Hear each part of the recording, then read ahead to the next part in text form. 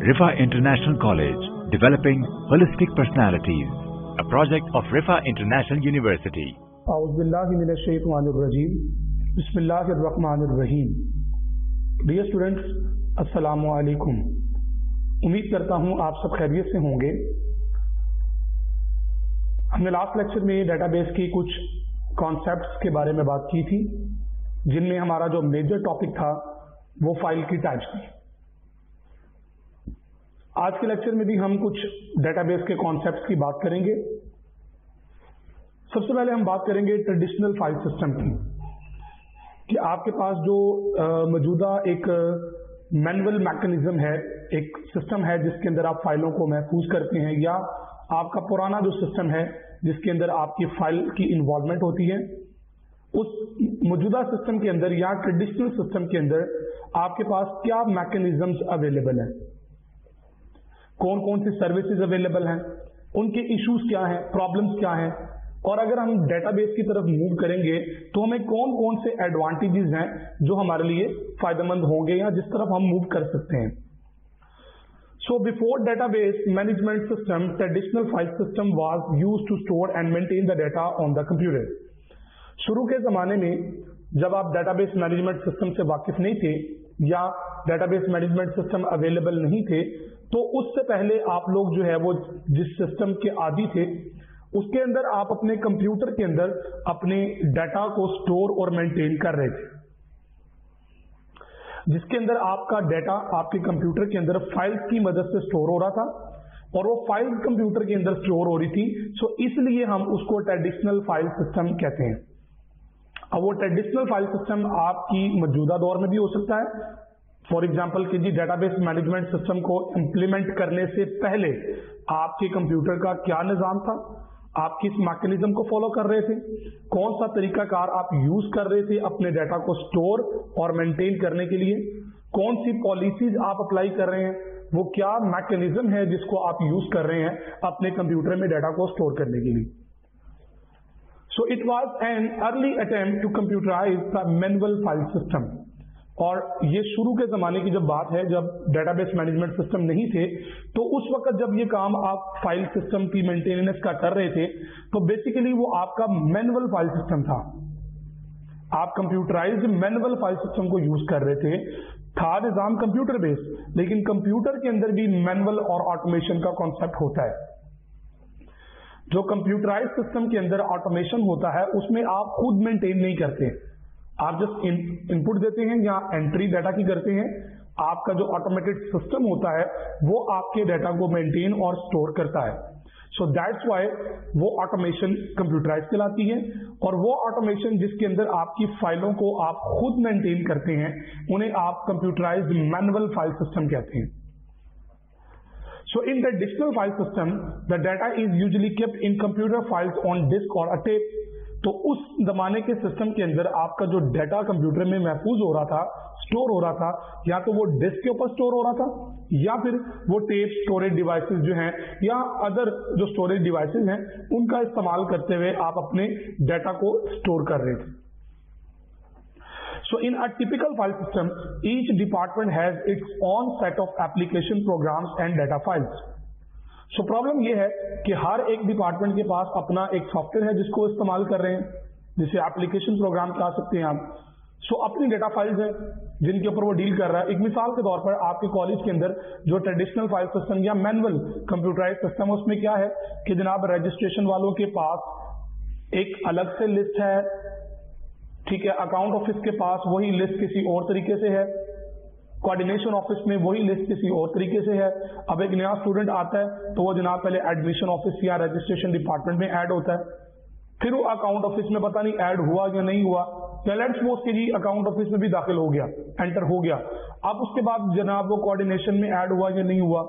तो इस तरह की प्रॉब्लम्स इस टिपिकल फाइल सिस्टम के अंदर होती हैं, क्योंकि हर एक डिपार्टमेंट का अपना एक सेट ऑफ एप्लीकेशन प्रोग्राम होता है और हर एक डिपार्टमेंट का अपना एक डाटा फाइल भी होती है। सो data is stored and managed in data file through the application program. और आपके कंप्यूटर के अंदर जितना भी आपका डाटा होता है वो स्टोर और मैनेज किया जाता है आपकी डाटा फाइल्स के थ्रू। अब वो डाटा फाइल कौन जनरेट करता है? वो आप जो भी एप्लीकेशन यूज कर रहे होते हैं, वो एप्लीकेशन आपकी डाटा फाइल मेंटेन कर रहा होता है। जैसे अगर आप माइक्रोसॉफ्ट एक्सेल यूज कर रहे हैं तो वो एक्सेल की फाइलें बना रहा है, अगर आप माइक्रोसॉफ्ट वर्ड यूज कर रहे हैं तो वो वर्ड की फाइलें मेंटेन कर रहा है।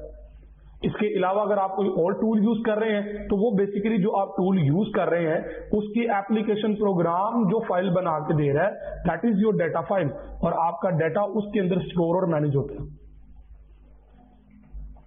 So each department defines and implements the data files needed for a specific purpose.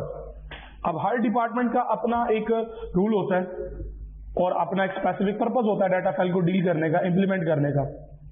सो हर एक डिपार्टमेंट की चूंकि अपनी पॉलिसी है डिफाइन करने की और इम्प्लीमेंटेशन करने की, चूंकि हर एक डिपार्टमेंट की जो नीड है वो भी चेंज है। देखें ना, एग्जाम वालों की जो नीड है अकाउंट्स की, वो सेम नीड तो नहीं हो सकती। सो मे बी पॉसिबल कि उसके अंदर कुछ डेफिशिएंसीज आ सकती हैं। तो हर एक डिपार्टमेंट की जो डिफाइंस और इम्प्लीमेंटेशन होती है डाटा फाइल के हवाले से, वो अपने स्पेसिफिक टास्क के अकॉर्डिंग होती है कि उस डिपार्टमेंट ने उस डेटा से क्या काम करवाना है। So each application program is developed with its own set of data files to meet the needs of a particular department. फिर इसी तरह हर एक एप्लीकेशन प्रोग्राम जो होता है वो अपने डाटा सेट के अकॉर्डिंग डाटा फाइल बनाता है। मतलब मिसाल के तौर पर ये अकाउंट्स वाले को चूंकि ज्यादा काम कैलकुलेशन से रिलेटेड होता है तो वो एक्सेल को यूज कर लेते हैं, इसी तरह रजिस्ट्रेशन वाले वर्ड को यूज कर रहे हैं। सो इस तरह डिफरेंट डिपार्टमेंट के अंदर particular different application program use हो रहे होते हैं, और डेफिनेटली उनसे जो रिजल्ट एंड फाइल्स हमारे पास आ रही होती हैं जिन्हें डाटा सेट कहते हैं, तो वो डाटा सेट भी डिफरेंट है। लेकिन उस अदारे की पर्टिकुलर जो नीड है या उस डिपार्टमेंट की जो नीड है वो उससे अचीव हो रही है। आप उसको डिपार्टमेंट की नीड कह सकते हैं, आप उसको ऑर्गेनाइजेशन की नीड नहीं कह सकते, वो एक पर्टिकुलर अदारे की नीड नहीं हो सकती। सो अब हम बात कर लेते हैं कुछ प्रॉब्लम्स की जो ट्रेडिशनल फाइल सिस्टम के अंदर आती हैं, जैसे चंद एक मैंने हाईलाइट की हैं। अब उनके अलावा हम प्रॉपर तरीके से इनकी प्रॉब्लम्स को डिस्कस करते हैं कि ट्रेडिशनल फाइल सिस्टम के अंदर कौन कौन सी प्रॉब्लम्स का हमें सामना करना पड़ सकता है। सबसे पहला इशू है जी डाटा की रिडंडेंसी। सो डाटा रिडंडेंसी से मुराद क्या है? डाटा की डुप्लीकेशन। इनको वन बाय वन अभी हम डिस्कस करेंगे। नंबर 2 पे है जी डाटा की इनकंसिस्टेंसी। अब इनकंसिस्टेंट डाटा से मुराद क्या है? डाटा एक जगह पे है ही नहीं और ना ही एक्यूरेट है, किसी के पास कुछ है किसी के पास कुछ है। सो डाटा की शेयरिंग, डाटा मल्टीपल लोकेशन पे शेयर नहीं हो सकता, शेयर हो गया तो डाटा के अंदर रिडंडेंसी आ गई, इनकंसिस्टेंसी आ गई। इसी तरह प्रोग्राम डाटा डिपेंडेंसी, कि आप जिस प्रोग्राम के ऊपर काम कर रहे हैं, जिस एप्लीकेशन प्रोग्राम में आप डिपेंडेंट है, वो आपका डाटा भी उस प्रोग्राम के ऊपर डिपेंडेंट है, उस एप्लीकेशन प्रोग्राम के ऊपर आपका डाटा भी डिपेंडेंट हो गया। इसी तरह लेक ऑफ फ्लेक्सिबिलिटी, फ्लेक्सिबिलिटी नहीं होती है ट्रेडिशनल फाइल सिस्टम के अंदर, डाटा की सिक्योरिटी भी नहीं है। सो इनको वन बाय वन देखते हैं जी। पहले नंबर पे हमने बात की है डाटा की redundancy. Redundancy means duplications. So redundancy means having the multiple copies of the same data. एक सेम डाटा मल्टीपल लोकेशन पे पड़ा, that may be caused as ambiguity. आपके लिए ambiguity क्रिएट कर सकता है। मल्टीपल डाटा जो होता है, सेम डाटा मल्टीपल लोकेशन पे पड़ा हो ना, तो आपके लिए ambiguity यानी कि जूम माइनिंग जिसके मतलब होते हैं, ambiguity क्रिएट कर सकता है, आपके लिए प्रॉब्लमेटिक हो सकता है। सो डेटाबेस के टर्म के अंदर ऐसे इशू को हम रिडंडेंसी कहते हैं। सेम डाटा मल्टीपल लोकेशन पे मल्टीपल कॉपीज उसकी रखी हुई है। इन traditional file system each application program has its own data file. क्योंकि अब ट्रेडिशनल फाइल सिस्टम में हर एक एप्लीकेशन प्रोग्राम का अपना एक डाटा फाइल होती है। अब वो फाइल जब दूसरे डिपार्टमेंट में जाएगी तो इट में भी डुप्लीकेट, वो डुप्लीकेट हो गई। अब आपने यहाँ पे अपने पास चेंजिंग कर दी, अब आपको कंफर्म नहीं कि जनाब वहां पे चेंजिंग हुई या नहीं हुई, तो या मे भी पॉसिबल कि आपने 2 जगह पे चेंज कर दिया, 4 जगह पे चेंज कर दिया, फाइल थी 6 जगह पे तो 2 फिर जगह पे रह गई। So in traditional file system each application program has its own data files. हर एक एप्लीकेशन प्रोग्राम की अपनी एक डाटा फाइल्स होती है। The same data may be duplicated in several files. अब ऐसा हो सकता है कि सेम डाटा मल्टीपल फाइल्स के अंदर डुप्लीकेट हो रहा हो। अब जब आपका सेम डाटा मल्टीपल फाइल्स के अंदर डुप्लीकेट हो रहा है तो उसके अंदर डुप्लीकेशन आ गई। It is known as a data redundancy. So data redundancy से मुराद क्या है कि सेम डाटा मल्टीपल फाइल्स के अंदर डुप्लीकेट हो गया। अब चूंकि सेम डाटा मल्टीपल लोकेशन पर डुप्लीकेटेड है तो आपके लिए कंफ्यूजन क्रिएट हो सकती है, प्रॉब्लमेटिक हो सकता है, आपका रिजल्ट एक्यूरेट नहीं हो सकता, प्रॉब्लम आ जाएगी इसके अंदर। So the duplication of data may create many problem such as, जैसे कि टू अपडेट स्पेसिफिक डाटा, अब आपने एक रिकॉर्ड को अपडेट करना है या डाटा को अपडेट करना है तो डुप्लीकेशन कई जगहों पे है। अब आपको नहीं पता कि कहां कहां डुप्लीकेट हुआ डाटा, आप एक जगह पे चेंज करते हैं, किसी एक जगह पे रह गया और कल को आपने उसी जगह को एक्सेस कर लिया तो वो डाटा तो अपडेटेड नहीं है। A valuable storage space is wasted due to the duplication of records. अब इसी प्रॉब्लम की वजह से सम टाइम क्या होता है कि आपकी मेमोरी चूंकि लिमिटेड होती है तो आपकी मेमोरी के अंदर स्टोरेज, वैल्यूएबल स्टोरेज जो है वो वेस्ट हो रही है इस डुप्लीकेशन रैकेट्स की वजह से, तो आपकी स्टोरेज वेस्ट हो रही है। सेकंड पॉइंट जो हमने बात की है वो है डाटा की इनकंसिस्टेंसी। अब डाटा इनकंसिस्टेंसी से मुराद क्या है? So data inconsistency means that different files may contain the different data of a particular object or a person. यानी कि आपका जो डाटा है वो डिफरेंट फाइल्स के अंदर डिफरेंट तरह के तरीकों से पड़ा हुआ। मैं एक शॉर्ट एग्जांपल देता हूं। आपने एक स्टूडेंट का रिकॉर्ड एंटर करना है, एक स्टूडेंट से आपने उसका नेम, फादर नेम और कॉन्टेक्ट नंबर पूछ लिया, दूसरे स्टूडेंट से आप उसकी डेट ऑफ बर्थ पूछ रहे हैं जो पहले से नहीं पूछी, तीसरे से आपने उसका परमानेंट एड्रेस पूछ लिया, चौथे से आपने उसका आईडी कार्ड नंबर पूछ लिया। सो आपका डाटा जो है वो इनकंसिस्टेंट नहीं है, कंसिस्टेंट नहीं है ना, इनकंसिस्टेंट है कि आपको पता ही नहीं आपने यूजर से पूछना क्या है, या एक चीज सबके लिए सेम नहीं है, किसी के लिए कुछ इनपुट्स हैं, किसी के लिए कुछ इनपुट्स हैं। So actually redundancy leads to inconsistency, ये वजह आती है रिडंडेंसी की वजह से। तो आपके डाटाबेस में या आपकी फाइल सिस्टम के अंदर जब रिडंडेंसी आती है तो उसकी वजह से इनकंसिस्टेंसी लाजमी आती है। So when the same data is stored or multiple location, the inconsistency may occur. ये कन्फर्म सी बात है कि जब आपका डाटा मल्टीपल लोकेशंस पे कॉपीड होगा, डुप्लीकेट होगा, तो अंडरस्टूड सी बात है कि किसी एक कॉलम में आपने ऐड कर दिया किसी फाइल के अंदर, वो फाइल दूसरी जगह पे अपडेट नहीं हुई तो उससे आपका डाटा इनकंसिस्टेंट हो गया। जब डाटा आपका इनकंसिस्टेंट हो गया तो आपके लिए प्रॉब्लमेटिक हो गया। Suppose the address of a student is changed and it is updated in the data file located at registration office only. अब एग्जाम वालों ने उसका रिजल्ट कार्ड भिजवाना उसके घर, तो वो पुराने एड्रेस भेज दिया, क्योंकि वहां पे रिजल्ट अपडेट नहीं हुआ तो डाटा इनकंसिस्टेंट हो गया। Since the data files are maintained by other department also, क्योंकि दूसरे डिपार्टमेंट वालों ने भी फाइलों को मेंटेन किया हुआ था तो लिहाजा आपको चाहिए था कि फाइल वहां अपडेट करवाते। So therefore some data files may contain the old address while the other contains the new address. कुछ फाइलों में नया एड्रेस है, कुछ फाइलों में पुराना एड्रेस है, तो प्रॉब्लमेटिक हो सकता है, तो that will be called inconsistency. So thus the data inconsistency arises because of partial update of student's address. So एक जगह पे चेंज करने से मल्टीपल जगह पे जो चेंज नहीं हुआ तो उसकी वजह से आपका डाटा इनकंसिस्टेंट हो गया। अब ये चीज क्यों आई? क्योंकि डाटा डुप्लीकेटेड था। डाटा डुप्लीकेट ना होता, रिडंडेंट ना होता तो शायद इनकंसिस्टेंसी का इशू ना क्रिएट होता। नेक्स्ट पॉइंट हमारे पास थी डाटा की sharing, data sharing. So in the digital file system, it is difficult to share data among the multiple users. अब देखें एक मेन चीज क्या है, रिडंडेंसी, डुप्लीकेशन, जिसकी वजह से इनकंसिस्टेंसी फॉल कर रही है, जिसकी वजह से डाटा शेयरिंग प्रॉब्लम भी आ रही है। अब आपने डाटा शेयर करना है, कौन सी वाली फाइल शेयर करेंगे?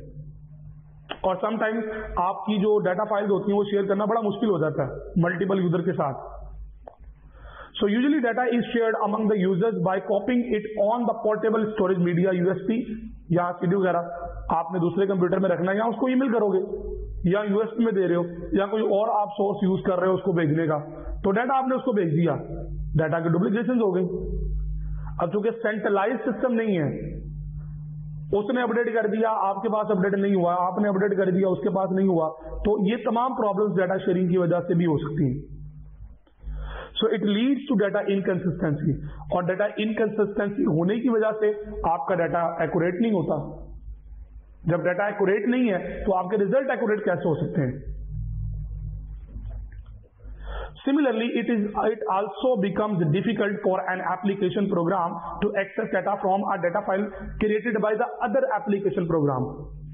आपके पास निजाम चल रहा है जी एक्सेल का, एक दोस्त ने जनाब ओरेकल यूज किया हुआ था, वो ओरेकल की फाइल शेयर कर रहा है, आपके पास एक्सेल की फाइल है, ओरेकल की फाइल एक्सेल पे नहीं खुलनी और एक्सेल की फाइल ओरेकल पे नहीं खुलनी, तो डाटा शेयरिंग की वजह से इनकंसिस्टेंसी आ गई। जब इनकंसिस्टेंसी आ गई तो डाटा आपका जो है ना वो एक्यूरेट नहीं रहा। जब डाटा एक्यूरेट नहीं रहा तो डेफिनेटली रिजल्ट एक्यूरेट नहीं होंगे।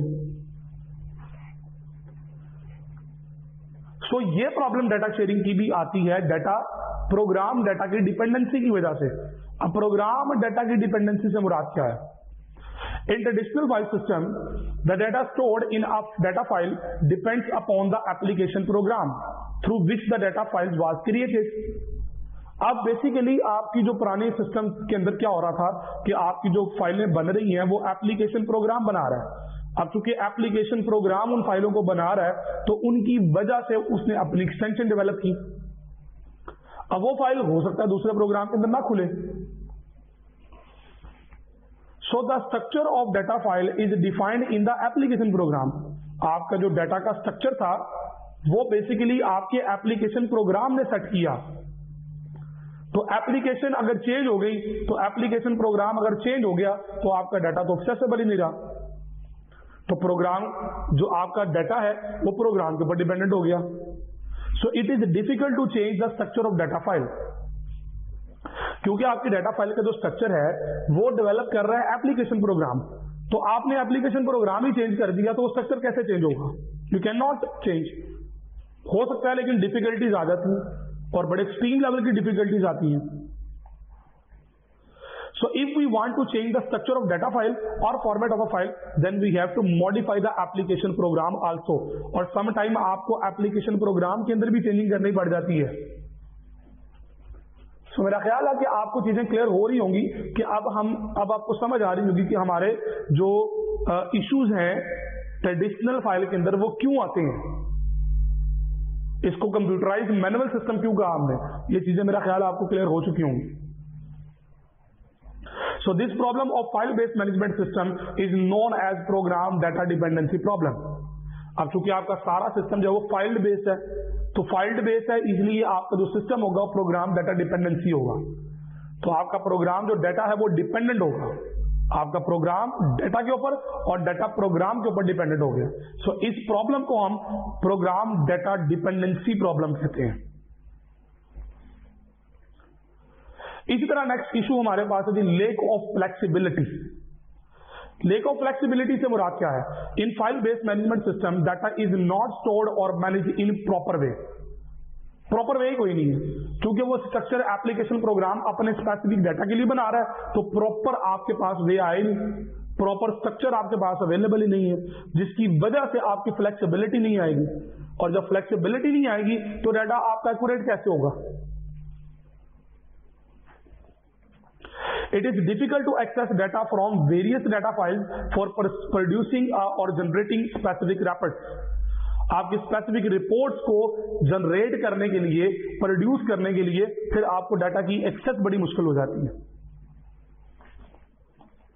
For this purpose new application program have to be developed. और इस मसले के हल के लिए फिर आमतौर पर हमें जो है वो एक नया एप्लीकेशन प्रोग्राम डेवलप करना पड़ता है जो ये मसला हल करे। सो it is very lengthy and costly procedure. अगर आप उस तरीके को अडॉप्ट करना चाहते हैं तो बड़ा लेंथी है, डेफिनेटली एक सॉफ्टवेयर डेवलप होने में टाइम लगता है।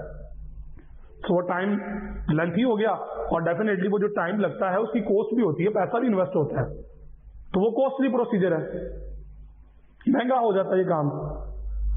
सो नेक्स्ट हमारे पास पॉइंट है डाटा की सिक्योरिटी। आपके ट्रेडिशनल फाइल सिस्टम के अंदर does not provide the proper security system against the illegal access of data. कहीं पे भी ट्रेडिशनल फाइल सिस्टम आपको प्रोवाइड नहीं करता प्रॉपर डाटा की सिक्योरिटी। आपने लॉगिन पे पासवर्ड लगा दिया, ओके, एक बंदा आपके सिस्टम से हार्ड उठा के ले जाता है या वो किसी तरीके से आपके लॉगिन के पासवर्ड को ब्रेक कर लेता है, आपका डाटा तो सिक्योर ही नहीं हुआ, वो डाटा तो बड़े आराम से एक्सेसिबल है। क्योंकि ओपनेबल है ना, ओपन हो रहा है, तो जो चीज ओपनेबल है वो एक्सेसिबल है. So the traditional file system does not provide the proper security system against the illegal access of data. So anyone can easily change or delete the valuable data stored in a data file. कोई भी change कर सकता है उसके अंदर, delete कर सकता है वैल्यूएबल डाटा को, क्योंकि फाइलें हैं ना, फाइलें आराम से ओपन हो रही हैं, उसके अंदर आप जो चाहें कर सकते हैं. अकाउंट ऑफिस ने आपको फाइल दी, एग्जाम वालों ने उसमें अपडेट करके वापस अकाउंट को भेज दी. एक तो डाटा रिटेंशन हो गया, इनकंसिस्टेंसी आ गई, डाटा की सिक्योरिटी लॉस हो गई. कल को एग्जाम अकाउंट्स वालों ने आपकी एग्जाम की अपडेटेड फाइल को कंसीडर कर लिया तो प्रॉब्लम आपके गले पड़ गई. सो फाइनली आज के लेक्चर में हमने सिर्फ ट्रेडिशनल फाइल सिस्टम की प्रॉब्लम्स को स्टडी किया कि आपकी जो ट्रेडिशनल फाइल सिस्टम की जो प्रॉब्लम्स हैं वो क्या क्या है, जिसके हवाले से हमने पहले ट्रेडिशनल फाइल सिस्टम को स्टडी किया. फिर हमने डाटा की रिडंडेंसी को देखा कि डाटा डुप्लीकेट हो जाता है, फिर डाटा की इनकंसिस्टेंसी को देखा, फिर हमने डाटा की शेयरिंग को देखा, उसके बाद हमने प्रोग्राम डाटा की डिपेंडेंसी के बारे में बात की, और फिर हमने लेक ऑफ फ्लेक्सिबिलिटी की बात की, और लास्ट में हमने बात की थी डाटा की सिक्योरिटी. सो ये तमाम वो इश्यूज हैं जो कि ट्रेडिशनल फाइल सिस्टम में आते हैं, और ये वो तमाम टारगेट्स हैं जो कि एक डेटाबेस मैनेजमेंट सिस्टम की मार्केट होती है, जिन चीजों को वो जज करके, जिन चीजों को मॉनिटर करके, जिन चीजों को ट्रैक करके आपकी प्रॉब्लम्स को रिजॉल्व करके एक बेस्ट सोल्यूशन प्रोवाइड किया जाता है. सो ये तमाम वो इश्यूज हैं जिनको डेटाबेस मैनेजमेंट सिस्टम की मदद से रिजॉल्व करने की कोशिश की जाती है, और काफी हद तक रिजॉल्व किया जाता है. कुछ इश्यूज होते हैं जो स्टिल मेंटेन रहते हैं, लेकिन उनका फिर अल्टरनेटिव्स प्रोवाइड किए जाते हैं. सो ट्रेडिशनल फाइल सिस्टम के अंदर बहुत सारी प्रॉब्लम्स हैं, जिनमें से चंद एक मैंने आपके सामने आज के लेक्चर में हाईलाइट किए. उम्मीद करता हूं कि आपने इनको प्रॉपर तरीके से कवर अप किया होगा, अंडरस्टैंड किया होगा. देखिए, ये वो तमाम इश्यूज हैं जो आप रेगुलरली फेस करते हैं, जो आपके सामने होते हैं. अपना बहुत सारा ख्याल रखिएगा, दुआ में याद रखिएगा. अगले लेक्चर तक के लिए इजाजत दीजिए. अल्लाह हाफिज. A project of Rifa International University.